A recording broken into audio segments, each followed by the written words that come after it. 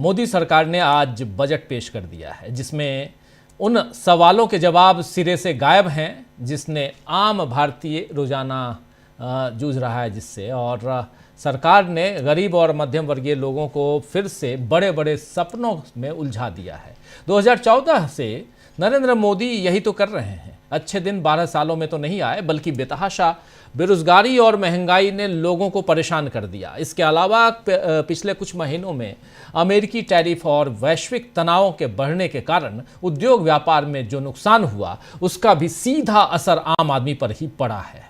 लेकिन बजट में इनमें से किसी पर कोई सीधी बात नहीं की गई है। इसीलिए कांग्रेस सांसद और नेता प्रतिपक्ष राहुल गांधी ने जो लिखा है वो आपके सामने रख रहा हूं।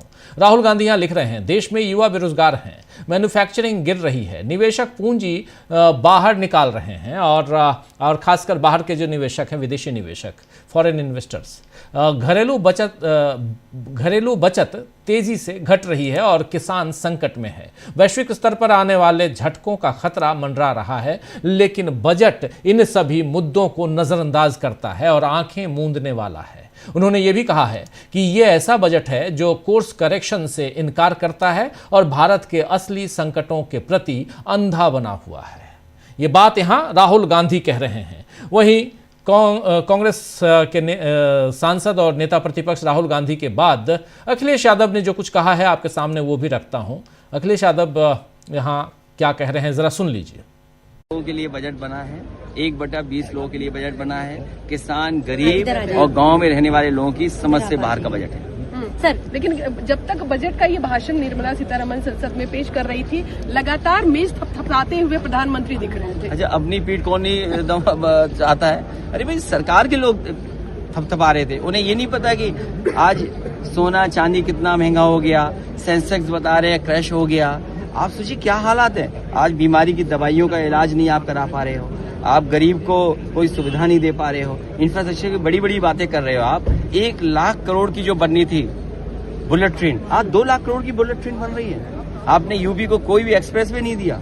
आप बिजली कितनी महंगी दे रहे हैं आप, और जो कंपनियां बिजली सप्लाई कर रही हैं वो मुनाफे में, हजारों करोड़ के मुनाफे में। तो आप किस तरह का बजट बना रहे हो, किसके लिए बजट बना रहे हो? विकसित भारत का तो सुन रहे थे आप, यहाँ 1 करोड़ की जगह 1 लाख करोड़ की बात 2 लाख करोड़, और मतलब साफ सीधा यहाँ पर कहना है अखिलेश यादव का कि पहले और आज में कितना अंतर आ गया है और इस पर क्यों नहीं ध्यान दे रहे हैं नरेंद्र मोदी। बजट की जहां तक बात है तो बजट में क्या कुछ है उसकी झांकी यहां तमाम नेता अपने अपने ढंग से रख रहे हैं। और कांग्रेस अध्यक्ष मल्लिकार्जुन खड़गे ने भी इस पर कहा है कि नरेंद्र मोदी कहते थे कि हर साल 2 करोड़ नौकरियां दूंगा, लेकिन असलियत ये है कि बड़ी बड़ी इंडस्ट्री बेच रहे हैं और ऐसे में रोजगार कैसे आएगा। पब्लिक सेक्टर में जाने वाले गरीब तबके की नौकरी को खत्म करना ही इनकी असली मंशा है। नरेंद्र मोदी सब कुछ अपने चहेतों को सौंपना चाहते हैं। आइए जरा सुन लेते हैं यहां मल्लिकार्जुन खड़गे ने कहा क्या है। ये देखो, मोदी जी हर समय ऐसा कहते हैं, मैं 2 करोड़ नौकरियां दूंगा। मैं यहां तो बड़े इंडस्ट्रीज को बेच रहे हैं, एम्प्लॉयमेंट कहाँ देंगे? इन्होंने तो 80,000 करोड़ जमा करने के लिए बड़े इंडस्ट्रीज में जो है डिसइन्वेस्टमेंट करके अपने लोगों को, चाहते लोगों को वो देना चाहते हैं। और ये मंशा उनकी क्या है कि एक तो एम्प्लॉयमेंट खत्म करना, एक तो वीकर सेक्शंस, गरीब तबका जो पब्लिक सेक्टर में नौकरी में जाते थे उनके नौकरियां खत्म करना, ये उनका मंशा है। और इन्हों क्या विकसित भारत करते हैं। विकसित भारत के लिए आपके पास पैसा भी होना, और एम्प्लॉयमेंट के लिए इन्फ्लेशन तो बढ़ रहा है, घट रहा है कहाँ। तो इसीलिए सब झूठे वायदे हमेशा करने का मोदी साहब की आदत है। आप 2 करोड़ एम्प्लॉयमेंट से ले, उनका डिमोनेटाइजेशन प्रोग्राम लो, सभी चीज़ों में वो विफल हो गए। और ये जो वायदे आप किए हैं, आप मुझे जो बता रहे हैं, ये तो वो कभी करेंगे नहीं, वो होगा नहीं। तो सुन रहे थे आप यहाँ साफ साफ मल्लिकार्जुन खड़गे अपनी बात रखते हुए। आपको बता दूं कि आज के बजट में 10,000 करोड़ रुपए के बायोफार्मा शक्ति प्रोग्राम से लेकर इंडिया सेमीकंडक्टर मिशन 2 के तहत सेमीकंडक्टर की महत्वाकांक्षाओं का विस्तार, 40,000 करोड़ रुपए की इलेक्ट्रॉनिक्स कंपोनेंट्स स्कीम और कई सेक्टरों में मैन्युफैक्चरिंग इंसेंटिव जैसी बातें छाई रहीं। ऐसे भारी भरकम शब्दों के साथ और इन शब्दों के साथ जो ये बजट का भाषण था उसको सुनकर साधारण इंसान पहले ही सहम जाता है और मान लेता है कि सरकार इसमें कुछ अच्छा ही कर रही होगी। और ऐसे भी बजट शब्द जहां आप सुनते हैं तो ऐसे भी लगने लगता है कि कुछ भारी भरकम चीजें यहां रखी जा रही हैं। लेकिन असल बात यही है कि आम आदमी को जिन चीजों से सीधा लाभ पहुंचे, सीधा फायदा हो, वो बातें बजट में आज कहीं नहीं कही गई हैं। ग्रामीण रोजगार के लिए फंड में कटौती इसका सबसे बड़ा एग्जाम्पल है। सरकार मनरेगा की जगह आप जानते हैं विकसित भारत जी राम जी कानून तो लेके आ गई है, जिसमें केंद्र सरकार ज्यादातर राज्यों में इस योजना का लगभग 60% खर्च उठाएगी और बाकी खर्च राज्य सरकारें देंगी। 60% केंद्र सरकार और 40% राज्य सरकार, ये इसमें कहा गया है। लेकिन बजट में ये जो आज बजट पेश किया गया, इस बजट में इस मद में 65.9% लगभग 66% की कटौती की गई है, जो इस खर्च बंटवारे से कहीं ज़्यादा है। आपको ये बता दूं, कहीं ज़्यादा है। मनरेगा के लिए 2025 और 26 के लिए संशोधित अनुमान 88,000 करोड़ रुपए का था। 25-26 जो बजट का खत्म हो गया वो, और इसके उलट 26-27 के बजट में अनुमान में ये आंकड़ा घटकर 30,000 करोड़ रुपए कर दिया गया है, जो 58,000 करोड़ या लगभग 66% की कटौती है। इसमें गंभीर सवाल उठता है कि क्या विकसित भारत जी राम जी कानून के बताए गए लक्ष्यों को पूरा करने के लिए मोदी सरकार ने पर्याप्त संसाधन रखे हैं, या फिर कांग्रेस की चिंताएं वास्तविक हैं कि यहाँ पर गांव के लिए क्या होगा, गरीबों के लिए क्या होगा। ये जो वास्तविक चिंताएं हैं, गांव के गरीबों को मिलने वाली मामूली मजदूरी पर भी उद्योगपतियों का डाका पड़ चुका है, ये कांग्रेस लगातार कह रही है। गरीब गरीब की माला जपते हुए नरेंद्र मोदी हर बार उद्योगपतियों का ही हित साधते हैं, तभी 5 किलो मुफ्त अनाज लेने की नौबत देश में बनी हुई है। 80 करोड़, आप देख लीजिए, 80 करोड़ लोगों को, 82 करोड़ लोगों को 5 किलो मुफ्त अनाज की बात करते हैं, उसी में अपनी पीठ थपथपाते हैं नरेंद्र मोदी। बजट से साबित हो रहा है कि आम आदमी के सपनों को छीना जा चुका है, वैसे ही जैसे वोट का अधिकार छीनने के लिए SIR करवाया गया है। और इस मामले में बिहार चुनाव में तो नरेंद्र मोदी की सरकार बच गई, लेकिन क्या पश्चिम बंगाल में वो बच पाएगी? यह सवाल इसलिए क्योंकि ममता बनर्जी ने मुख्य चुनाव आयुक्त ज्ञानेश कुमार के खिलाफ सुप्रीम कोर्ट का रुख किया है।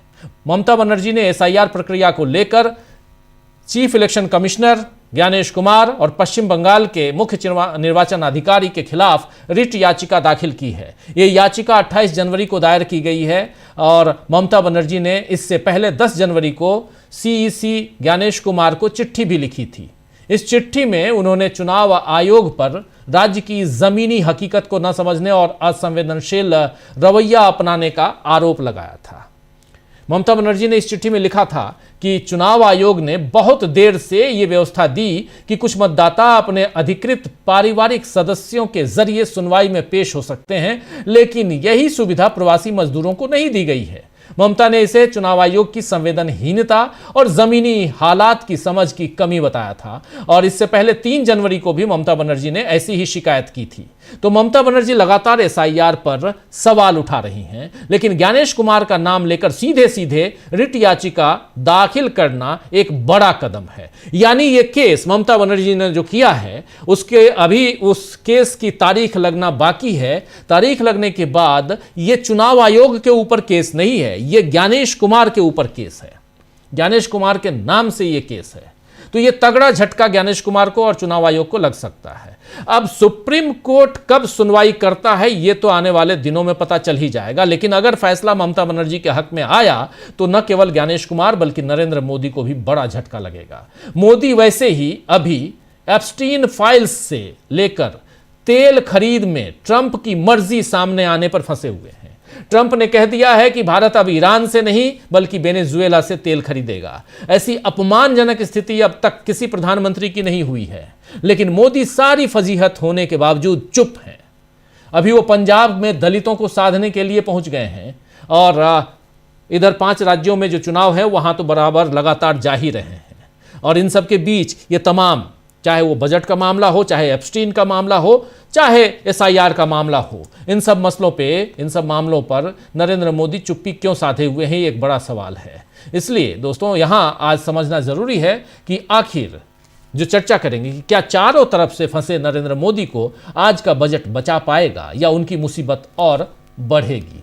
चलिए चर्चा की शुरुआत करते हैं, यही समझने की कोशिश करते हैं कि बजट ने मोदी की कैसे बढ़ा दी है मुसीबत, और उसके अलावा मुसीबतों का पहाड़ तो सामने है ही, जिस पर हम चर्चा थोड़ी सी आगे बढ़ाते हैं। हमारे साथ कुछ वरिष्ठ साथी जुड़े हुए हैं, उनसे आपका पहले परिचय करवाता हूं। देखिए 6 वरिष्ठ साथी हमारे साथ जुड़े हुए हैं। अमलेंदु उपाध्याय जी हैं, प्रशांत टंडन जी हैं, जयशंकर गुप्त जी हमारे साथ, शकील अख्तर जी हैं, प्रफुल्ल कोलखियान जी हैं और प्रेम कुमार जी हैं। आप सबका स्वागत है, इस्तकबाल है, स्वागत इस्तकबाल। अब तमाम दोस्त साथी शुभचिंतक आप सबका जो अब तक जुड़ चुके हैं उनका भी, जो जुड़ने वाले हैं उनका भी स्वागत करता हूं। प्रेम कुमार जी आपके पास आना चाहता हूं। बजट से शुरुआत करते हैं, क्या लगा, कैसा बजट? जूता खरीद के ले आए आप?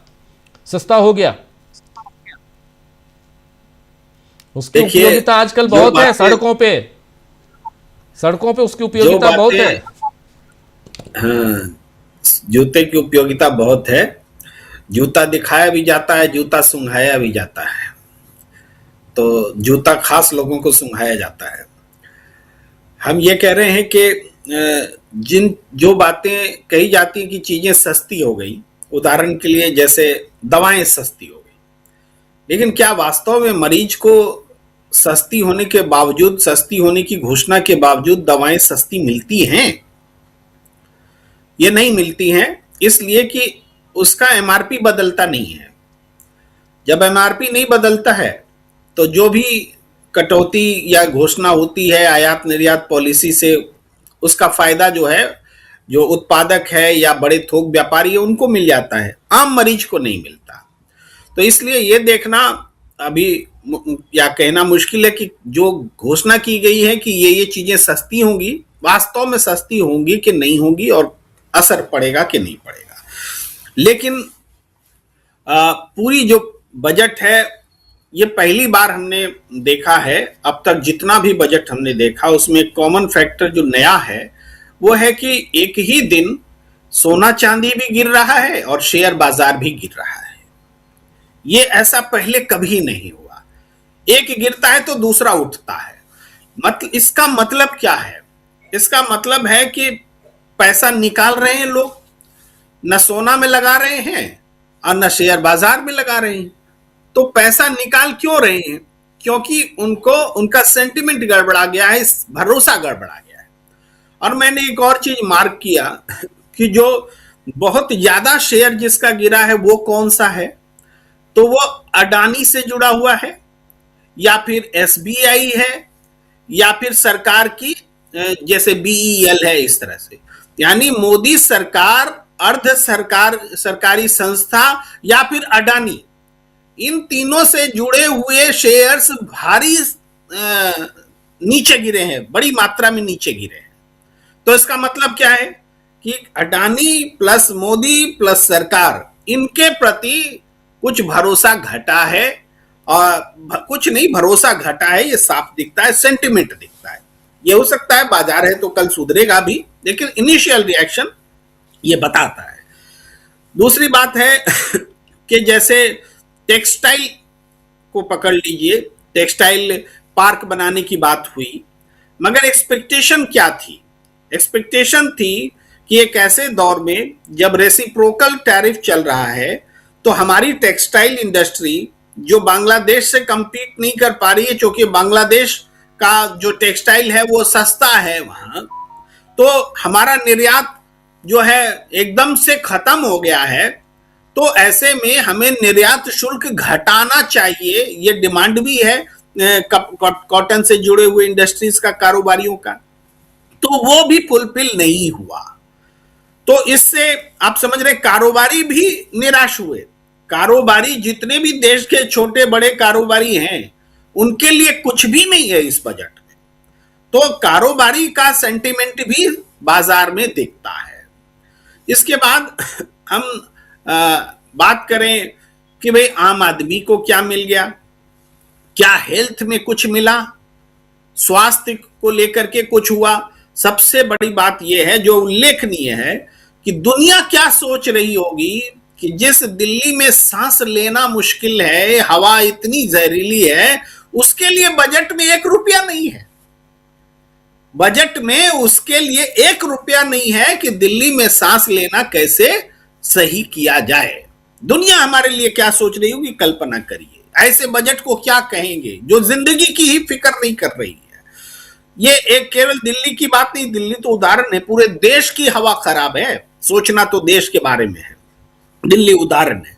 मैं बात कर रहा हूं जैसे यहां आयुष्मान योजना है।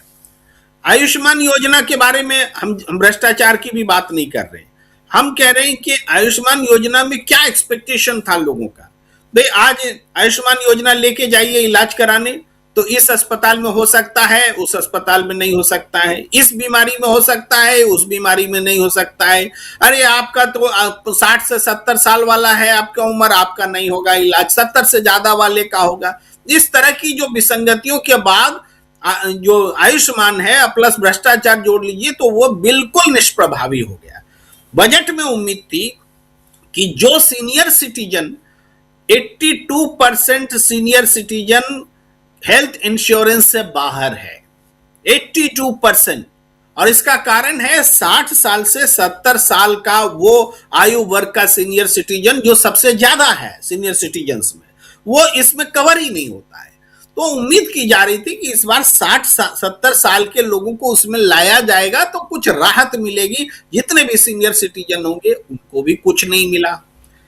तो किसानों के लिए बहुत हल्ला मचा था, भाई 6,000 रुपया है प्रधानमंत्री सम्मान, वो 9,000 हो जाएगा। कोई बोले ना 12 भी हो सकता है, लेकिन वो भी कुछ नहीं हुआ। मनरेगा आपने बताया, मनरेगा का अभी कार्यकाल कम से कम 6 महीना चलना है जब तक कि जी राम जी ना आ जाए। 6 महीने के लिए मनरेगा में आपने 30,000 करोड़ रखा, जबकि पहले 86,000 करोड़ होता था साल भर में, तो 6 महीना में उसका आधा भी करते तो 42,000 करोड़ होना चाहिए था, वो भी आपने घटा दिया, सीधे 12,000 करोड़ घटा दिया, 1/3 कर दिया एक तरह से जो होना चाहिए था उसका।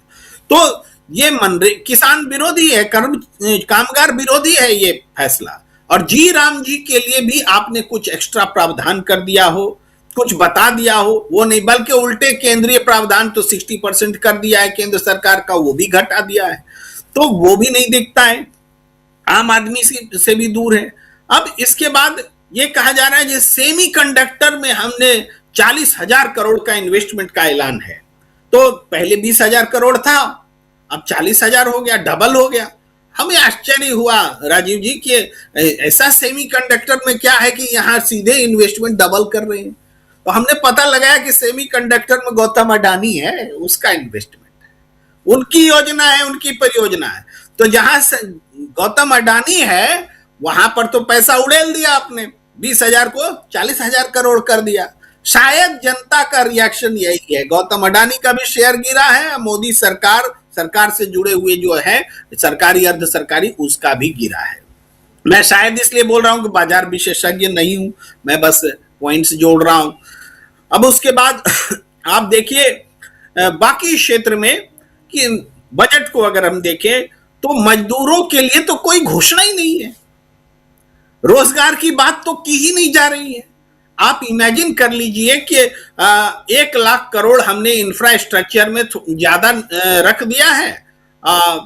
पहले 12 कुछ लाख करोड़ था, अब 13 करीबन 1 लाख करोड़ ज्यादा कर दिया है। उसी में आपका रोजगार भी आ जाएगा, सब कुछ उसी में हो जाएगा। कैसे हो जाएगा नहीं पता। रोजगार की जो स्थिति है, ये कहते हैं आंकड़ों में कि रोजगार हमारे समय में बेरोजगारी दर बहुत कम है, लेकिन एक्चुअल फैक्ट ये है कि युवाओं में बेरोजगारी 17% के करीब है, शिक्षित लोगों में बेरोजगारी वो 13% से ज्यादा है। तो ये हालात है बेरोजगारी की, जब पढ़े लिखे लोग को रोजगार ही नहीं है, पढ़े युवाओं को रोजगार ही नहीं है, तो फिर आप बेरोजगारी कैसे कंट्रोल में है। फिर आप कहते हैं कि जो रोजगार है, एक आंकड़ा है कि ग्रामीण रोजगार बीते 10 साल में ग्रामीण वेज जो रूरल वेजेज पिछले 10 साल में बढ़ा ही नहीं है, स्टैग्नेंट है, जीरो है। अब बताइए, जिस देश में रूरल वेजेज जीरो रहे 10 साल में, उसके ग्रोथ की आप कैसे कल्पना कर सकते हैं? आपको आश्चर्य होगा, जो ओवरऑल जो वेजेज है वो सिर्फ 1.7% बढ़ा है बीते 10 साल में। इसका मतलब क्या है? ये सिर्फ हम आंकड़ा नहीं बता रहे, इसका मतलब हम बताने का प्रयास कर रहे हैं। इसका मतलब है कि वेजेज स्थिर हैं और आप कह रहे हैं कि बेरोजगारी कंट्रोल में, यानी रोजगार दे रहे हैं। तो ये है कि आप मनरेगा के लोगों को रोजगार बता रहे हैं, आप गीग वर्कर्स को रोजगार है रोजगार, लेकिन वो रोजगार जिसमें 10,000, 15,000, 20,000 रुपया मिलता है, वो रोजगार, उसकी संख्या जरूर ज्यादा है, लेकिन चूंकि वेजेज स्थिर हैं और बड़ी संख्या में बेरोजगारी है, अब फिर भी आप कह रहे हैं कंट्रोल है। इसका मतलब है क्वालिटी एम्प्लॉयमेंट बहुत डाउन हो चुका है, जिसमें जीने लायक पैसा मिले, जो 8 लाख रुपया न्यूनतम है, जिसको ईडब्ल्यूएस कैटेगरी मानते हैं। 8 लाख रुपया सालाना का मतलब है 12 सत्ते 84, मतलब 65-70 हजार के बीच मंथली। ऐसा रोजगार तो आप गिनने से नहीं मिलेगा, इसका तो परसेंटेज निकालना पड़ेगा, ऐसे रोजगार की क्या संख्या है। ये हालात है रोजगार और बेरोजगारी का। जब हम बात करते हैं, इसको अगर हम विश्लेषण करें तो हम उस जगह पर हैं। इसको सुधारने के लिए कोई कार्यक्रम ही नहीं है। आप इंडस्ट्री कैसे सुधारेंगे, इंडस्ट्रियल ग्रोथ कैसे लाएंगे? भाई, फॉरेन इन्वेस्टमेंट भाग रहा है, राहुल गांधी ने जिक्र किया है, फॉरेन इन्वेस्टमेंट भाग रहा है और अपने देश में शेयर बाजार पर विश्वास नहीं है। लोग सोना, पहले नरेंद्र मोदी की सरकार आई थी, शुरुआती दौर में याद होगा, आम जनता के लिए कहा गया था कि आप घर में सोना मत रखिए, देश के विकास में सोना लगाइए, बैंक में जमा कीजिए, पैसा लीजिए। देश में काम आना चाहिए सोना, आइडल नहीं रहना चाहिए। और आज देखिए वो पॉलिसी ऐसी कोलैप्स हुई है कि बड़े बड़े पैसे वाले लोग उस पैसा को देश के विकास में न लगा करके सोना के विकास में लगा रहे हैं। मोदी की पॉलिसी को ही पलट दिया पैसे वालों ने, इसीलिए सोना चमक रहा है और देश उस फीका पड़ रहा है। जी राजीव जी जी बिल्कुल बिल्कुल। चुनाव से पहले 5 राज्यों में चुनाव, उससे पहले यहाँ आज बजट, और उस बजट में चुनावी राज्यों पर कितना फोकस रहा ये हम समझेंगे।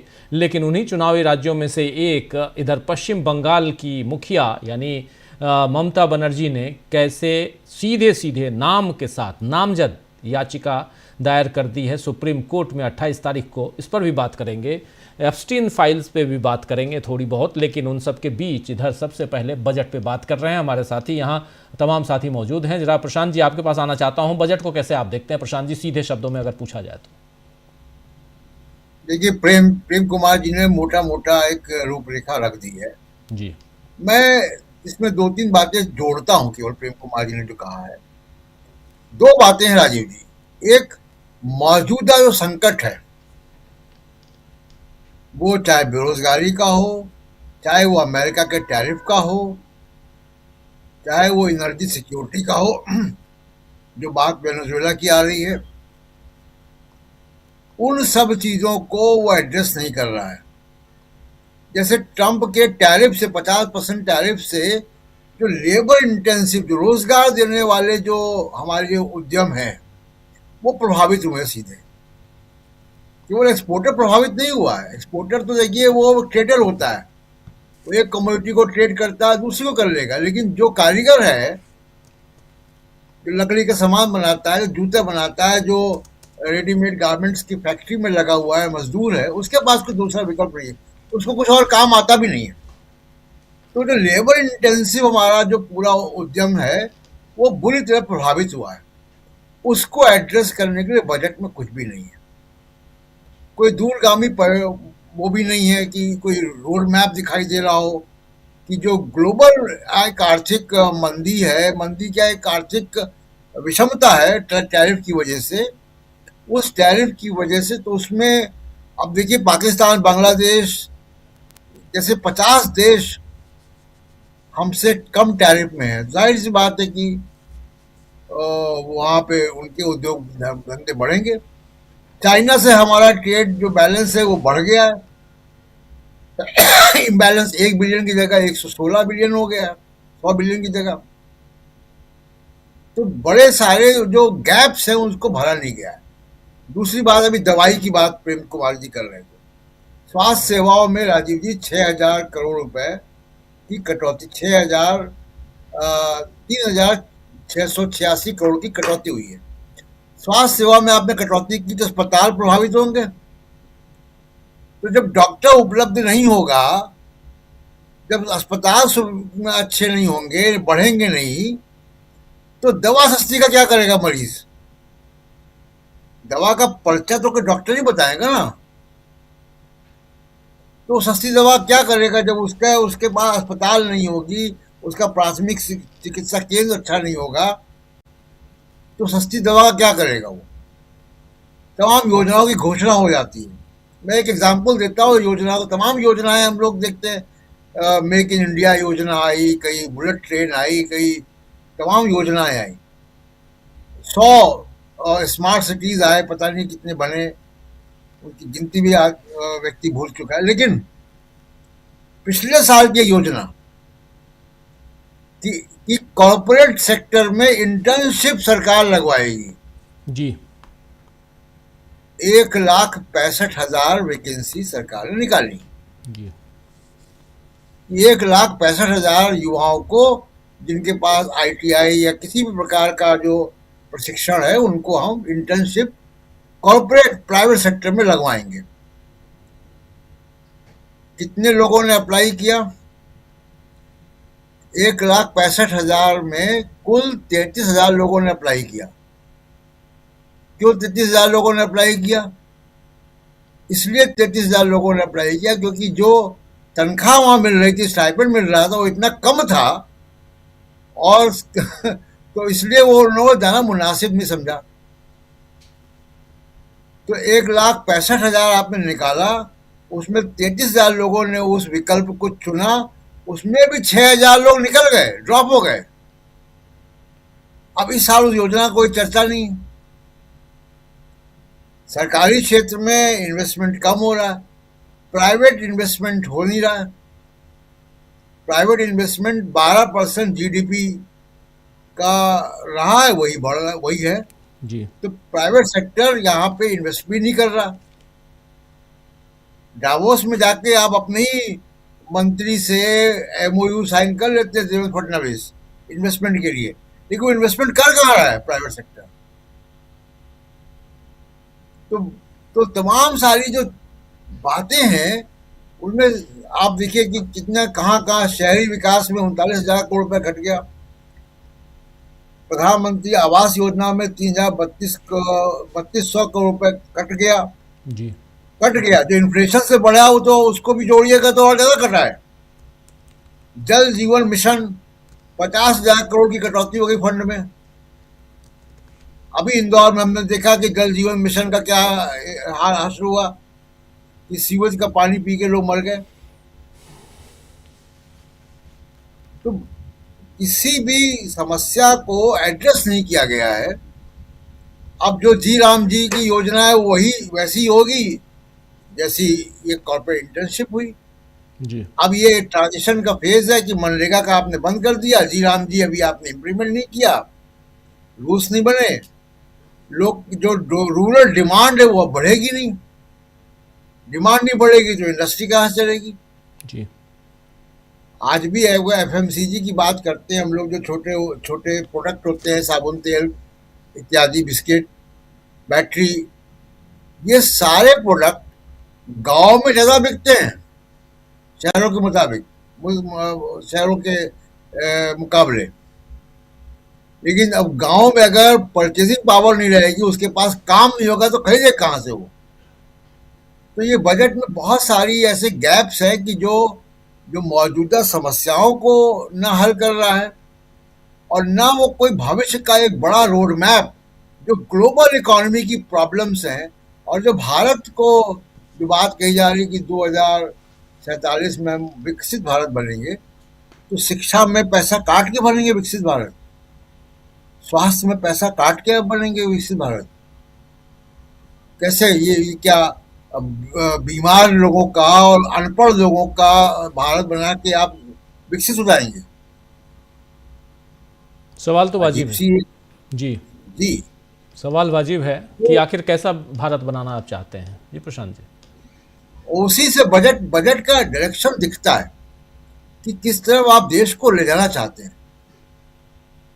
तो बिल्कुल। इसलिए बजट में ऐसा कुछ है नहीं, और इस बजट में जो योजनाएं हैं उनका हश्र वही होगा जो इंटर्नशिप का हुआ, जो बुलेट ट्रेन का हुआ, जो जी राम जी का भी वही होगा, जो 100 स्मार्ट सिटी का हुआ। और ये योजनाएं होती रहेंगी। 10-20 हजार करोड़ 50 हजार करोड़ रुपए चुनाव जीतने के लिए रखते हैं अलग से, कि चुनाव करीब आएगा तो महिलाओं के खाते में पैसा डाल देंगे, किसानों के खाते में पैसा डाल देंगे, और पैसा डालकर वोट खरीद लेंगे, लेकिन उसको उसकी गरीबी में मरने देंगे। ये है रोड मैप बजट का। जी राजीव। बिल्कुल सही आप कह रहे हैं। बहुत सारे इस बजट को अगर देखा जाए ऐसे हर साल, साल दर साल, क्योंकि 12 साल से लगातार सत्ता पर काबिज है नरेंद्र मोदी, उन्हीं की पार्टी, उन्हीं की सरकार और उन्हीं का बजट। और इस बजट में अगर आप कंपेयर करने की कोशिश कीजिए कि 2014 में उन्होंने क्या कहा, क्या वादे किए, 2015, 2016 ऐसे करते करते 2026, 10 साल बाद अगर आते हैं आप, तो 12 साल बाद तो आपको दिखाई देगा कि कई सारी योजनाएं जिसकी शुरुआत हुई थी वो कहाँ जाके किस बक्से में बंद हो गई पता नहीं चलता आपको। एक वो भी आप लोगों को याद होगा कि एक मशीनों वाला एक शेर दिखाई देता था कई जगह। मैं रायपुर में देखा, वहाँ एक चौराहे पे लगाया हुआ है, और भी कई शहरों में लगाया गया है। वो शेर जो था वो मेक इन इंडिया की बात थी शायद, जहाँ तक मुझे ध्यान है। वो आजकल दिखाई नहीं देता है। शकील जी कहीं देखे क्या आपको दिखाई दिया? मैं रायपुर जब जाता हूँ एयरपोर्ट से अपने घर की तरफ जब निकलता पहुँचने के लिए, तो रास्ते में वो दिखता है तो याद दिलाता है, हॉन्ट करता है कि अरे ये भी है, चलो कुछ कर लेते हैं, पैसे वैसे मिल जाएगा, कुछ तो सरकार देगी, लेकिन कुछ मिलता नहीं है। शकील जी। मेक इन इंडिया के बदले सब मेड इन चाइना हो गया। चाइना से व्यापार घाटा लगातार बढ़ता जा रहा है। खैर, देखिए राजीव जी, आज के इस बजट पे मोदी जी के लिए सबसे तल्ख अगर किसी ने टिप्पणी की है तो राष्ट्रीय स्वयंसेवक संघ के मजदूर संगठन बीएमएस ने, भारतीय मजदूर संघ ने। भारतीय मजदूर संघ ने कहा है कि सबसे निराशाजनक बजट श्रमिकों का वेतन, सामाजिक सुरक्षा के लिए कुछ नहीं, आंगनवाड़ी, आशा और मध्याह्न भोजन कार्यकर्ताओं के मानदेय में कोई वृद्धि नहीं, ग्रामीण क्षेत्र के साथ, ग्राउंड पे काम करने वाली महिलाओं के साथ, गिग वर्कर्स के साथ पूरी असंवेदनशीलता, असंगठित क्षेत्र में 90% तक श्रमिकों के लिए कुछ भी नहीं। यह बीएमएस की टिप्पणी है। भारतीय मजदूर संघ जो हर जगह सरकार का झंडा लिए खड़ी रहती है। अभी जो सुप्रीम कोर्ट ने कहा, हमारे माननीय मुख्य न्यायाधीश ने, सूर्यकांत जी ने, कि यूनियनें बंद करा रही हैं उद्योगों को, तो ये बीएमएस जहां भी मजदूरों के हित की लड़ाई होती थी वहां मालिकों के हित की लड़ाई लड़ने पहुंच जाती थी। वही आज इतनी निराश हो गई है कि वो ये टिप्पणी कर रही है। दूसरी एक और टिप्पणी हम आपको बताते हैं, बड़ी इंटरेस्टिंग है। बजट को समझने के लिए ये चीजें हम बताने की कोशिश कर रहे हैं। बंगाल के सांसदों ने क्या कहा? बंगाल के सांसदों ने, अभी आप जिक्र कर रहे थे 5 राज्यों के चुनाव का, कि बजट ने बता दिया कि मोदी बंगाल हार गए। यह बजट जो है पूरी तरह जो है निराशाजनक बजट है, और इस बजट ने बता दिया कि मोदी जी के पास अब करने के लिए कुछ नहीं।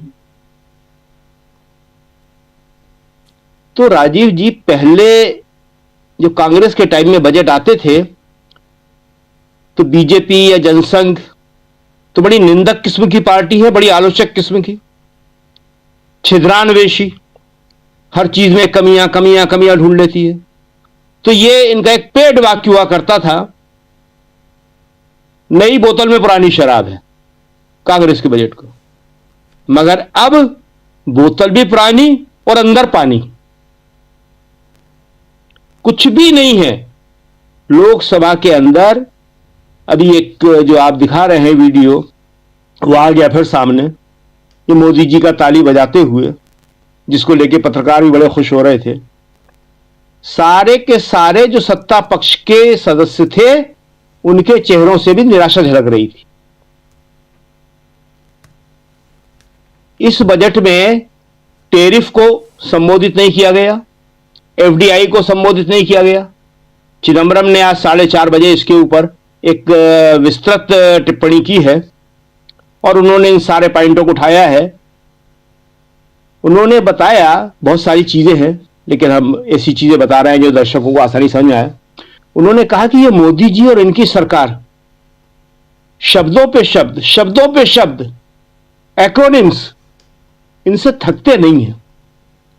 यही है इनके पास, लैंग्वेज जगलरी, भाषाई चमत्कार। एमएसएमईएस का बंद होना एक बहुत बड़ा खतरा है। वैसे ही रोजगार नहीं है और ये छोटे और लघु उद्योग जिन्हें एमएसएमईएस कहते हैं, ये बंद हो जाएंगे और हो रहे हैं, तो बेरोजगारी का हाल बहुत बुरा हो जाएगा। उन्होंने कहा कि कोर्स करेक्शन कहीं नहीं है। होना यह चाहिए था कि जो प्रॉब्लम्स आ रही हैं उन्हें ठीक करने की तरफ होता, लेकिन उन चुनौतियों को नजरअंदाज किया गया, देखा ही नहीं गया उनकी तरफ, रेत में मुंह छुपा लिया गया कि कोई समस्या नहीं है। तो इसलिए ये बजट जो है 12 साल का तो सबसे निराशाजनक है ही, जिसमें कहीं भी कुछ नहीं है। और पुरानी जो बातें हैं, अभी आप कह रहे थे और बाकी लोग भी कह रहे थे कि उन्हीं को दोहराया जाता है। जो 7 हाई स्पीड कॉरिडोर बनने की घोषणा की है, इन पे ऑलरेडी पहले से ही काम चल रहा था, इनकी फिजिबिलिटी रिपोर्ट बन रही थी। ये कोई नई चीज नहीं है इसमें। तो ये जो बजट है, इसने विपक्ष को तो बहुत सारे सवाल उठाने का मौका दिया ही, सत्ता पक्ष में भी जो एक खुशी होती है, एक जो माहौल होता है, वो नहीं है। इसके बदले सफाई के तौर पे, बचाव के तौर पे वो क्या कह रहे हैं? वो कह रहे हैं कि युद्ध के माहौल में और क्या होता। कौन सा युद्ध का माहौल?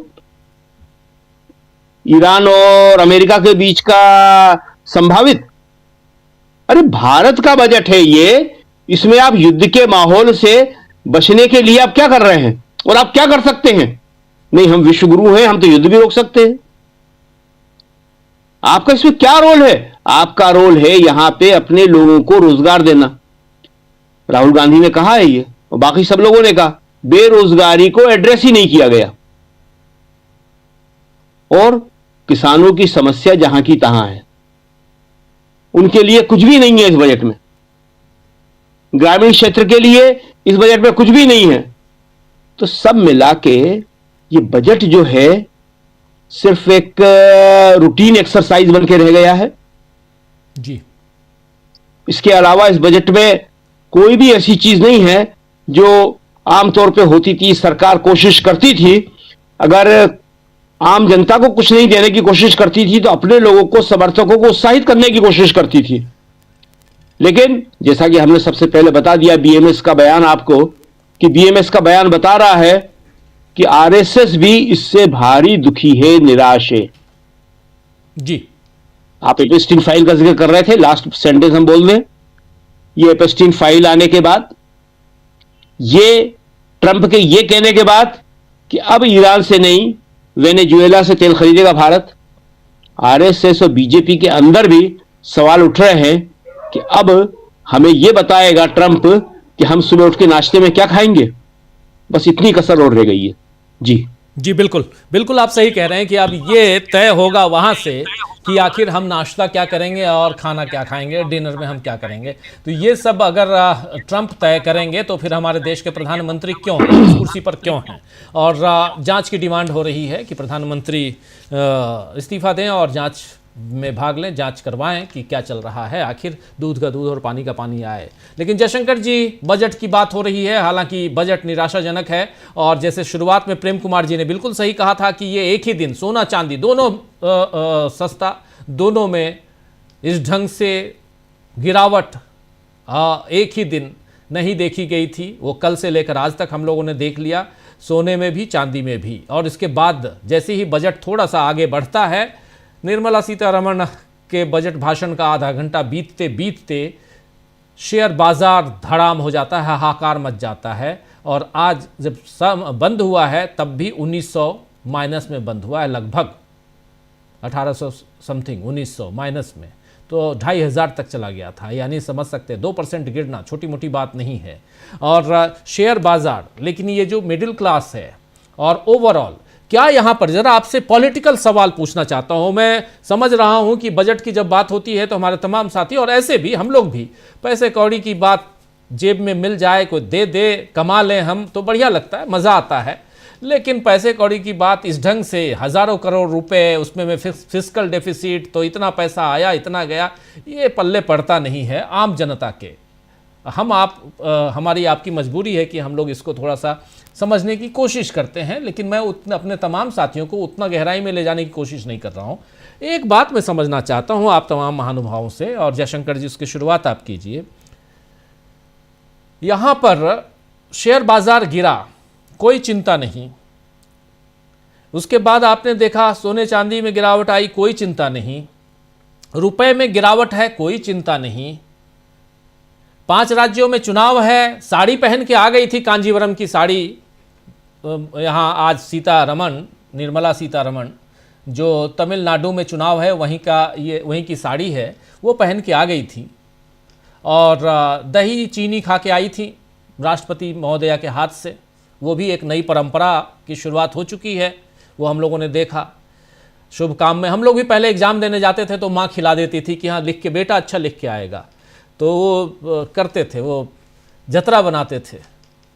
प्रफुल्ल जी समझते होंगे, तो ये होता था। लेकिन अब ये जो जतरा बनाने वाली बात है, ये थोड़ा ज़्यादा राष्ट्रपति भवन तक पहुंच चुकी है ये बात।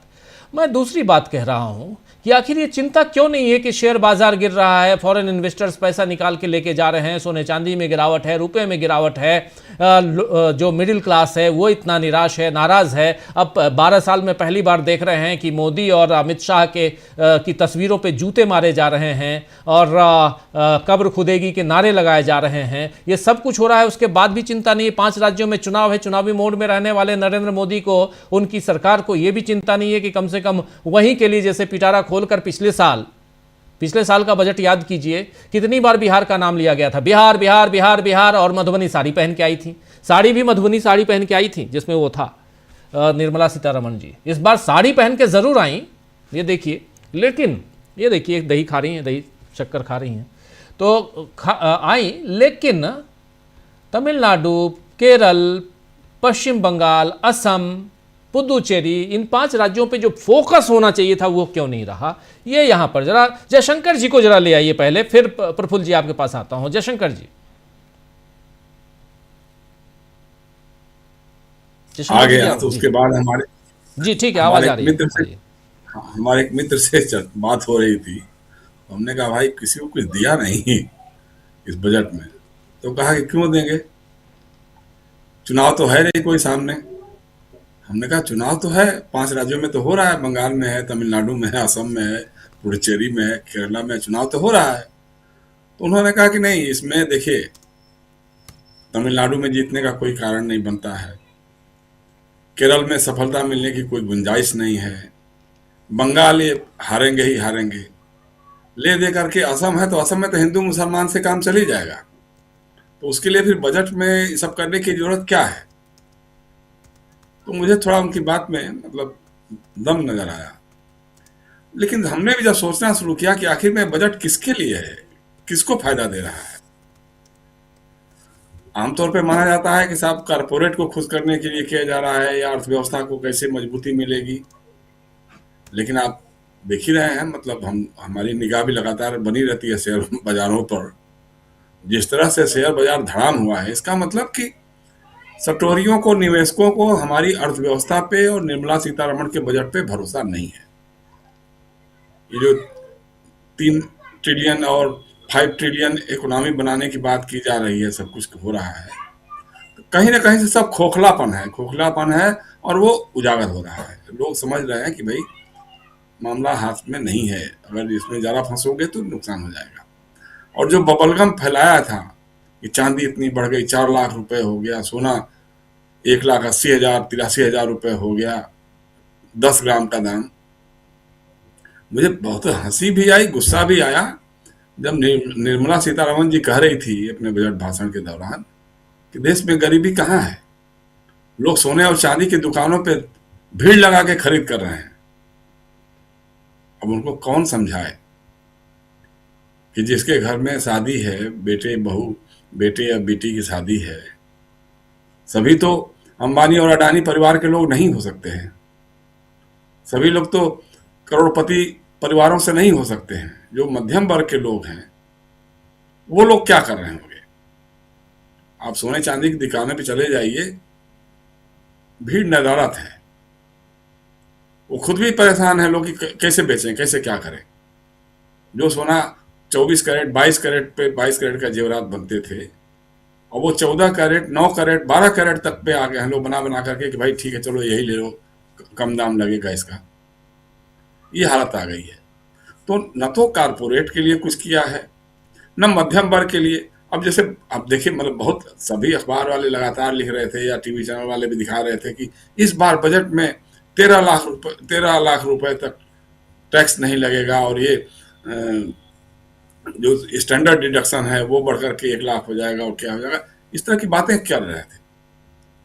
उसके लिए भी नहीं है इस बार, जो है ना, जुमले भी नहीं है। मुश्किल ये है कि हर बार मोदी जी जुमला फेंकते थे तो उनके जुमले जो हैं उनके निर्मला जी के बजट में भी परिलक्षित होते थे, लेकिन इस बार तो जुमले भी नहीं दिखाई दिए कि मतलब कोई ऐसा जुमला फेंक दिया हो।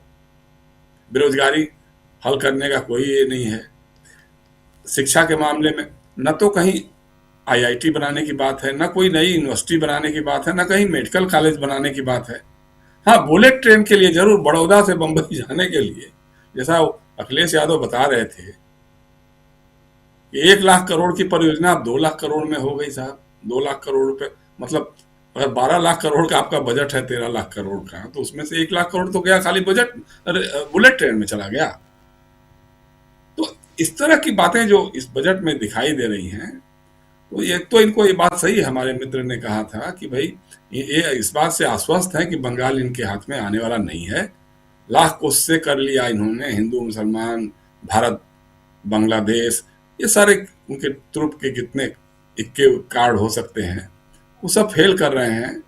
उम्मीद थी कि जरूर कुछ न कुछ करेंगे, इसमें बजट में कुछ करेंगे जिससे बंगाली मुशाए थोड़ा बहुत सोचना शुरू कर दे। हालांकि वो बहुत दूसरे ढंग के लोग हैं, इतना आसान नहीं है वहाँ पे। तो एक तो ये है, और जैसी बातें हो रही हैं, जैसे भाई एक बार भी चर्चा नहीं किया कि भाई टैरिफ लगा रहा है अमेरिका और इस तरह की चीज़ें जो हो रही हैं, हम किससे क्या करेंगे क्या नहीं करेंगे। कम से कम यही कह देते कि नहीं साहब, कोई तीसरा देश नहीं तय करेगा कि हम किससे खरीदेंगे किससे नहीं खरीदेंगे। इसका मतलब कि जो सही बात है, जो एपस्टीन की फाइल्स में कहीं ना कोई कम आपकी नस जरूर दबी हुई है, जिसके चलते ट्रंप इतनी हिमाकत कर पा रहा है कि अब खुद कह रहा है कि साहब अब भारत जो है वो रूस या ईरान से तेल नहीं खरीदेगा, अब वो वेनेजुएला से खरीदेगा। वेनेजुएला में चूंकि उसकी कठपुतली सरकार बनी हुई है, उसकी कंपनियों से उसका बिजनेस शुरू होगा, तो एक तरह से वेनेजुएला नहीं बल्कि अमेरिका से खरीदेगा। सीधी सीधी बात ये होगी। तो इतनी हिमाकत कैसे हो सकती है? हिमाकत इसीलिए हो सकती है कि कोई ना कोई हमारे विश्वगुरु की कमजोर नस उसके हाथ में है। अब वो कौन सी कमजोर नस है भाई? आप आज तक बार बार जब भी भारत पाकिस्तान ऑपरेशन सिंदूर की बात होती है यही कहता है कि साहब हम ही ने कराया, हम ही ने कराया, और आप खाली कह करके बच जाते हैं नहीं कि तीसरे देश की ये नहीं है, भूमिका नहीं है, लेकिन जो तथ्य है वो तो यही बताते हैं। तो इस तरह से है ये बजट, मतलब बहुत ही निराशाजनक, किसी को भी उम्मीद जगाने वाला नहीं है। और मनरेगा को तो जिस तरह से खत्म किया है राजीव जी, भाई पहले वो एक्ट था, अब ये मिशन बना दिया इसको उन्होंने, और उसके लिए भी पैसे बहुत कम कर दिए। इसका मतलब रोजगार की गारंटी का अधिकार नहीं रहेगा, कानून नहीं रहेगा, उसके हिसाब से आप मांग सकें कि नहीं साहब हम बेरोजगार हैं, हमको आप काम दीजिए, आपको देना पड़ेगा। वो तो नहीं दे रहे हैं। अच्छा, एक तरफ कह रही है निर्मला सीतारमण के साहब कहाँ है गरीबी, लोग सोना चांदी खरीदने के लिए दुकानों पे भीड़ लगाए हुए हैं, दूसरी तरफ 80 करोड़ लोगों को आप 5 किलो अनाज मुफ्त में दे रहे हैं। ये भी एक विडंबना है, ये भी एक विरोधाभास है।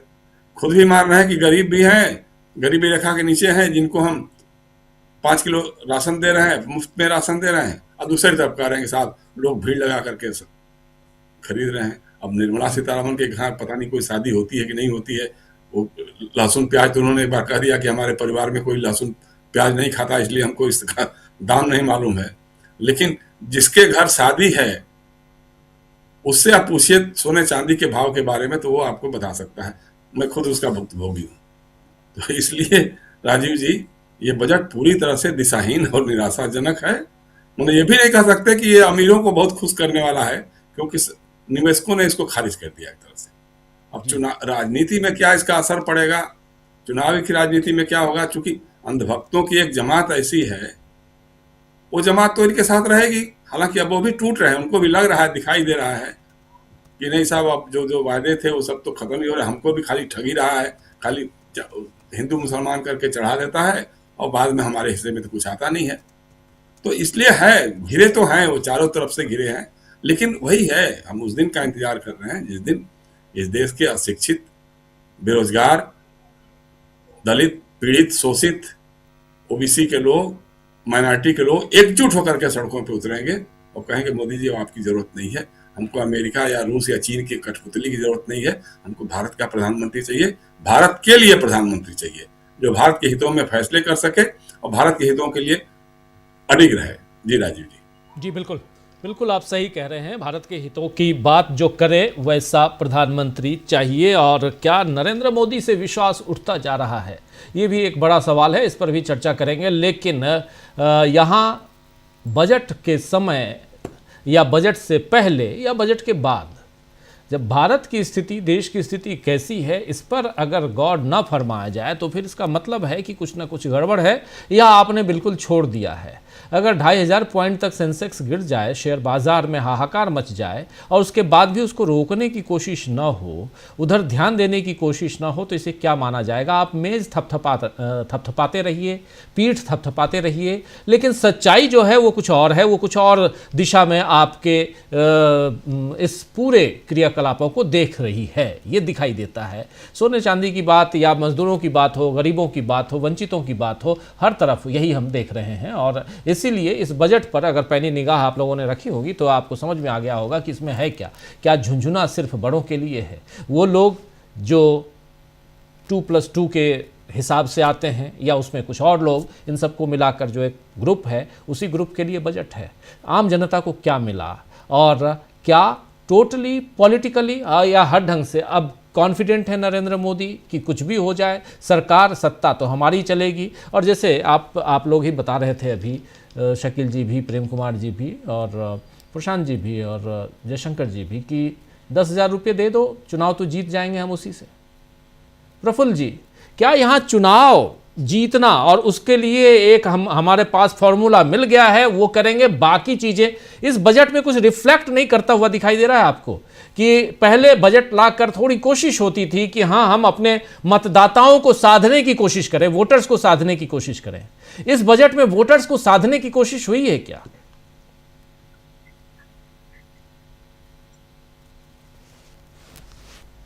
आवाज नहीं आ रही जी? आ रही है। हाँ, मैंने कहा कि नमस्कार सभी को और बजट की बधाई। हिंदी में एक मुहावरा चलता है, जूते में दाल बांटना। जूते में दाल बांटना हिंदी का मुहावरा है। और जानते हैं कि मुहावरे असंसदीय नहीं होते हैं। तो जूते में दाल बांटा गया है। इसको समझने के लिए, पूरे बजट को समझने के लिए जो सबसे जरूरी चीज है, यह समझने की कोशिश करना कि हम जो ऋण जाल है, डेट ट्रैप, उससे कितने दूर हैं। और असल मुद्दा यहाँ है कि ऋण जाल से, डेट ट्रैप से हम कितने दूर हैं और अगर इसी तरह चलते रहे तो कितने दिन में उसमें फंसेंगे। ये जो प्रस्तावित बजट आकलन है ना, इसमें अभी बहुत कुछ होगा।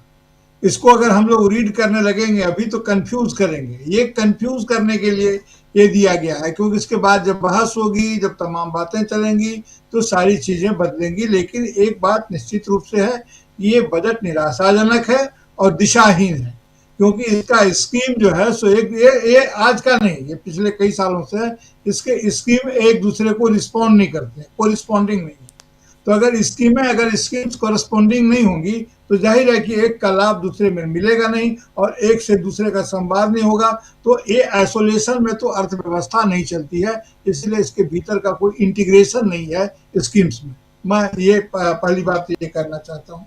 दूसरी बात ये कहता हूँ कि मनरेगा में सीतारमन जी के बजट में, मेटाफर में कह रहा हूँ, सीतारमन जी के बजट में जी राम जी के लिए कुछ नहीं है।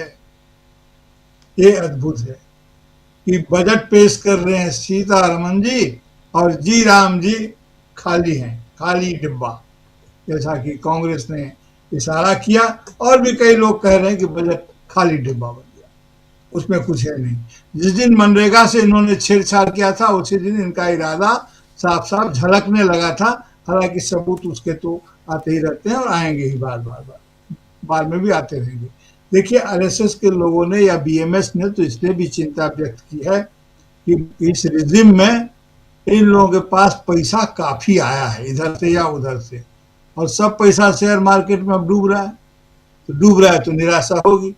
और उनको मजदूरों की बात इसमें तो किया ही नहीं गया। प्रेम कुमार सर ने बहुत अच्छे ढंग से कहा कि वेज स्टैग्नेशन में, असल में अर्थव्यवस्था में कुछ भी स्टैग्नेशन में नहीं होता है, या तो आप आगे जा रहे हैं या पीछे जा रहे हैं, स्टैग्नेशन में नहीं रह सकते। स्टैग्नेशन में रहना बहुत कठिन काम है, ये अर्थव्यवस्था में होता नहीं है। तो अगर ये यानी कि अगर फिगर टर्म में अगर ये स्टैग्नेटेड है तो इसका मतलब ये है कि प्राइस राइज तो हो रहा है, यानी कि वेज में इरोजन हो रहा है जबरदस्त, और अगर वेज में इरोजन हो रहा है तो इसका मतलब ये हुआ कि क्वालिटी ऑफ एम्प्लॉयमेंट डेड हो रहा है, उसमें मृत का अंश बढ़ रहा है। जो हमारा एम्प्लॉयमेंट है, जो उससे हमको मजदूरी मिलती है, वो जाहिर है कि वो उसमें डेट एलिमेंट ज्यादा हो रहा है। इसलिए राहुल गांधी ने ठीक ही कहा कि ये एंटी युवा है, क्योंकि लेबर फोर्स अंततः क्या होता है, युवा होता है। अब मैं तो लेबर फोर्स में काउंट नहीं होऊंगा, चाहे जितना चिल्लाऊंगा आपके। तो लेबर फोर्स वो होता है जो युवा होता है, यंग होता है, जिसमें कुछ करने का उत्साह होता है, जिसके पास सपने होते हैं। वो बुरी तरह हताश और निराश है।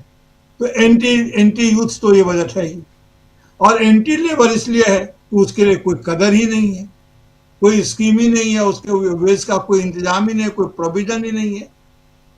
तो ये पूरा का पूरा बजट जो है तो उस प्रकार से अगर इसको हम देखें तो इससे ये होगा कि अगर मनरेगा के लोग अगर रूरल एम्प्लॉयमेंट या रूरल इकोनॉमी पर वो ठीक ढंग से एड्रेस नहीं किया जाएगा तो यकीन मानिए सर, टायर 1 सिटी दबाव में आ जाएंगे। और टायर 1 सिटी अगर दबाव में आ गए तो ये जो गांव के लोग जब आएंगे तो जो कहते हैं ना कहाँ है गरीबी और कहाँ इनको नहीं दिखती है जेनजी, सब दिखने लगेगा। अगर ये अर्थव्यवस्था को संभाल नहीं पा रहे हैं, अब ये किसी प्रकार से चल रहा है, इसको राम भरोसे छोड़ दिया गया है, तो ऐसी स्थिति में हमारे पास जो पॉलिटिकल जो इसका सिचुएशन है वो सिचुएशन ये है कि इनकी योजनाओं पर अभी देखा जाए कि ये क्या कर रहे हैं नहीं कर रहे हैं। मिडिल क्लास है कहाँ? अब मिडिल क्लास है नहीं, मिडिल क्लास अब मुहावरे में बचा हुआ है। इसलिए कि या तो देखिए कि विषमता कितनी तेजी से बढ़ रही है, या तो ऊपर भाग रहे हैं लोग जिनको काफी पैसा बढ़ रहा है, उनका देखिए उनके आंकड़े तो आएंगे फिर दोबारा, और या फिर एकदम जिनकी आमदनी बिल्कुल कम हो गई है। एफएमसीजी की बात कर रहे थे sir Gupta sir, Saidiya Shakeel sir. FMCG जो फास्ट मूविंग जो कंज्यूमर गुड्स हैं वो इसलिए गांव में बेसिक खपत होते हैं कि वहाँ की परचेजिंग कैपेसिटी से वो मैच करते हैं। 10 रुपया से ज्यादा हम, एक बड़ा आदमी 10 रुपया का पैकेट थोड़े खरीदेगा, और क्यों खरीदेगा, लेकिन गरीब आदमी 50 रुपया का पैकेट नहीं खरीदता है, वो 10 रुपया खरीदता है।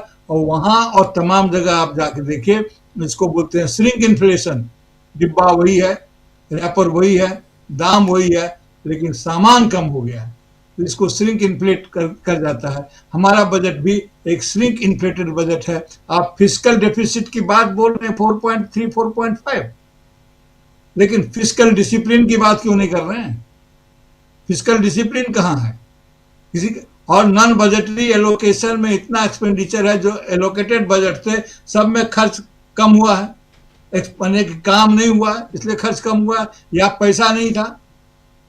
बजट एलोकेशन तो आपने किया, अगर टाइम से पेमेंट नहीं आएगा तो क्या होगा? टोटल रिसिप्ट और टोटल पेमेंट को आप अगर हम आकलित करें, देखें अगर मोटे मोटे इंडिकेटर्स में कि देश का टोटल रिसिप्ट क्या है और टोटल पेमेंट का क्या है, लायबिलिटीज क्या है, इंटरनल लायबिलिटीज, एक्सटर्नल लायबिलिटीज, तो देखे हैं कि स्थिति हमारी बहुत ही खराब है। इसलिए मैंने कहा कि अब बजट पर चर्चा करते समय यह विचार किया जाना प्राइमरी रूप से जरूरी है कि डेट ट्रैप से हम कितने दूर हैं, ऋण जाल में फंसने से हम कितने दूर बचे हुए हैं। पॉलिटिकल संदर्भ में अगले चरण में बात करूंगा कि ममता बनर्जी ने यहाँ केस किया। बिल्कुल मतलब बिल्कुल बिल्कुल, जरा उस पर भी बात करना जरूरी है। और आप चूंकि कलकत्ता में बैठे हुए हैं तो और भी इम्पोर्टेंट है आपसे वो जानना। लेकिन अमलेंदु जी, आपकी बारी, और ज़रा समझूं आपसे, इस बजट को पॉलिटिकली देखा जाए क्या, या अब कोई चिंता ही नहीं है, अब तो 10,000 रुपया बांटो और चुनाव ले लो अपने हाथ में, बाकी काम तो ज्ञानेश दादा कर ही रहे हैं। राजीव जी, 10,000 से भी ज्यादा भरोसा ज्ञानू दादा पे है। पंकज चतुर्वेदी जी ने इनाम दिया है तो हम लोग उसको आगे बढ़ाएं। ज्ञानू दादा जो है उनके ऊपर ज्यादा भरोसा है। 10,000 रुपया तो राजीव जी ज्ञानू दादा के कर्तव्यों को ढकने का एक आवरण है। मतलब कि ज्ञानू दादा के जो काम है उनको 10,000 रुपये से ढका जा सके, वरना कौन राजीव जी 10,000 रुपये पे जाकर वोट दे देगा। तो ये 10,000 रुपया तो मामला अलग है। तो अब ये कुल मिलाकर मुझको लगता है कि ज्ञानू दादा के ऊपर बहुत ज़्यादा भरोसा है और वही अब जो है इस देश के असली खेवैया हैं। मोदी जी तो अब केवल जो है मुखौटा रह गए हैं, देश अब ज्ञानू दादा ही चला रहे हैं राजीव जी, अब ऐसा लगता है। क्योंकि सब कुछ अब जब ज्ञानू दादा को ही करना है तो वही करेंगे। लेकिन राजीव जी देखिए, मजबूरी है, चूंकि संविधान अभी तक बदला नहीं गया है तो हर साल का बजट एक पेश करना है, तो मजबूरी है तो बजट पेश किया गया है, वरना तो सीधा 2047 का ही बजट पेश कर देते। आवश्यकता क्या है ये बताने की 2047 में ऐसा होगा और 20 साल की योजना ऐसी होगी। और वही पंचवर्षीय योजनाएं तो सुनी थी, ये 20 वर्षीय योजनाएं कहाँ से आ गई। तो लेकिन अब 20 वर्षीय योजनाएं भी आ रही है, उसमें बताया जा रहा है कि 20 वर्षीय योजनाएं होंगी और उसके बाद जाके काम होगा। तो राजीव जी अब देखिए इस बजट में जितना मेरी समझ है, मुझे तो राजीव जी ना तो ये चुनावी बजट लगा और ना ये कॉर्पोरेट का बजट लगा, ये सिर्फ अडानी जी का बजट लगा, इसके अलावा किसी का बजट लगा ही नहीं। तो भाई तो अडानी जी के लिए बजट पेश करने की आवश्यकता क्या थी। संविधान में संशोधन करो कि अब कोई बजट पेश नहीं होगा, अडानी जी के लिए जो काम करने सरकार वैसे ही कर देगी। तो इतना तो कर ही सकते हो, करो, लेकर आओ, करो, इसको क्या दिक्कत है। तो मुझको राजीव जी ये लग रहा है कि ये बजट जो है इसके बाद मोदी जी की दिक्कतें बढ़नी चाहिए और देश की जनता के अंदर एक जो है काफ़ी ज़्यादा निराशा का भाव देखा जा रहा है। अब ये मध्य वर्ग जो कहा जाता है राजीव जी, यही सबसे ज़्यादा था, वो ताली थाली पीटता था मोदी जी के लिए। अब उस मध्य वर्ग के अंदर काफ़ी ज़्यादा निराशा जो है वो दिखाई पड़ रही है। भाई ठीक है, आप अडानी जी के लिए काम करें, आप उनके मित्र हैं, लेकिन जो ताली थाली बजाता है उसके लिए भी ध्यान रखो भाई। अगर मतलब थाली बजाने के लिए थाली ही नहीं बचेगी तो थाली पीटेगा कहाँ से। तो आप तो उसकी थाली भी छीने ले रहे हैं। तो अभी तक तो राजीव जी होता यह था कि वो देखिए बीजेपी के जो आते थे प्रवक्ता आकर बहस करते थे और बताते कि थाली देखिए मोदी जी ने भर दी है, 56 भोग हैं उसमें, थाली में घी भी है और पहली बार ऐसा है कि जो थाली जो है दी जा रही है उसमें घी है। अब तो कोई ये कहता हुआ भी दिखाई नहीं पड़ रहा राजीव जी की थाली मोदी जी ने दे दी 56 भोग की, उसमें घी भी है। घी राजीव जी अगर बाजार में आप जाइए और अगर आप शुद्ध घी लेना चाहें तो 1200 रुपये किलो से कम नहीं है घी जी। तो अब ये स्थितियां हैं, तो आप अपने बच्चों को घी भी नहीं खिला सकते, दूध भी नहीं पिला सकते। दूध तो ऐसा है राजीव जी कि अगर आप पैकेट का लेने जाएंगे तो वो दूध है भी कि नहीं इसका कोई भरोसा ही नहीं है। तो अब ये सारी जो परिस्थितियां हो रही हैं, तो आपका ध्यान देश की समस्याओं पे है ही नहीं। आपका ध्यान सिर्फ ये है कि किस तरीके से आपके मित्र का कारोबार जो है वो बने और किस तरीके से आपका मित्र का कारोबार चले। अरे भाई ठीक है, आप देश के प्रधानमंत्री हैं तो राज्य सरकारों का ही ध्यान रख लो, अधिकांश राज्य सरकारें आपकी हैं, उनके लिए बात कर लो। अब अखिलेश यादव पूछ रहे हैं कि भाई आपने उत्तर प्रदेश के लिए क्या दिया। चलो भाई अभी चुनाव नहीं है, अगले साल तो चुनाव है, तो तब तक कुछ तैयारी होती है आपके जरिए, बजट के जरिए। तो आपने कुछ नहीं दिया, उत्तराखंड के लिए आपने कुछ नहीं दिया। अब पंजाब आप चले गए हैं, वहाँ यहाँ के हिसाब से दलितों को आप लुभाएंगे। तो आपके जाने से, डुगडुगी बजाने से आप ये सोचते हैं बस आप डुगडुगी बजाएंगे सब कुछ आपकी तरफ खिंचा हुआ चला आएगा। तो ऐसा नहीं है राजीव जी। चूंकि मैं फिर कहूँगा यही बात जो बार बार मैं कहता हूँ कि मोदी जी ये समझते हैं कि देश की जनता मूर्ख है, वो मूर्खों के सरदार है। वो मूर्खों के सरदार हो सकते हैं लेकिन देश की जनता मूर्ख नहीं है। इस बजट में राजीव जी कुछ भी नहीं है, और अगर कुछ है बजट में तो वित्त मंत्री का जो एक घंटे से ज़्यादा लेकर लगभग 85 मिनट का जो इतना उबाऊ और थकाऊ भाषण है कि मोदी जी को भी राजीव जी मेज थपथपाने के लिए अपने हाथ पे ज़्यादा जोर देना पड़ रहा है। मुझे लगता है कि जाकर के उन्होंने हाथ की काफ़ी ज़्यादा सिकाई करवाई होगी कि भाई ये हत्ता मेज इतनी पीटनी पड़ी है जोर देकर, तो इसमें जोर ज़्यादा लगा है। तो राजीव जी, चेहरे का भाव जो है मोदी जी का भी देखा जा सकता है। सिर्फ एक रिकॉर्ड के अलावा और कोई रिकॉर्ड नहीं है कि 70 सालों में पहली बार नवीं बार जो है एक ही वित्त मंत्री, महिला वित्त मंत्री ने जो है वो नवीं बार बजट पेश किया। इसके अलावा इस बजट के अंदर राजीव जी कुछ भी नहीं है, शून्य बटे सन्नाटा है। शून्य बटा सन्नाटा। लेकिन आज सन्नाटा वाला दिन होता है, रविवार छुट्टी का दिन, और आज बजट पेश हुआ है। और आज़ाद भारत के इतिहास में ये पहली बार है कि रविवार को बजट पेश किया गया है। तो नरेंद्र मोदी, यहाँ आप जान रहे हैं कि रिकॉर्डधारी नरेंद्र मोदी, रिकॉर्ड बनाने में माहिर नरेंद्र मोदी रिकॉर्ड बनाना चाहते थे और रिकॉर्ड उन्होंने आज कायम किया। लेकिन इन सब के बीच जब हम ज्ञानेश कुमार जी की बात कर रहे हैं तो उनके नामजद याचिका दाखिल करने के पीछे की कहानी क्या हो सकती है, प्रफुल्ल जी आपके पास आऊँगा। लेकिन पहले आना चाहता हूँ प्रेम कुमार जी आपके पास। प्रेम कुमार जी, ये चुनाव आयोग, बजट में तो साफ दिख रहा है कि यहाँ पर कोई चिंता नहीं है। आपको लगता है क्या कि सचमुच अब चुनाव जीतने की चिंता भी शायद नरेंद्र मोदी की पार्टी ने छोड़ दी है?